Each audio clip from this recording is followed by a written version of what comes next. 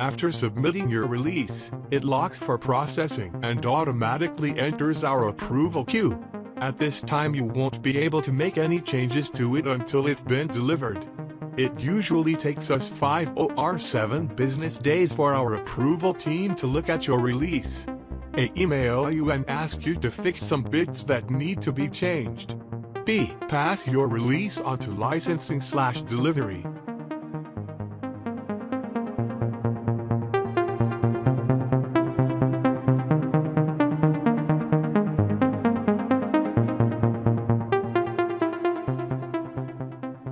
Lastly, once delivered, it typically only takes 1 or 3 days for content to go up on YouTube Music, Deezer, Spotify, Amazon, and Google Play, and iTunes, Apple Music.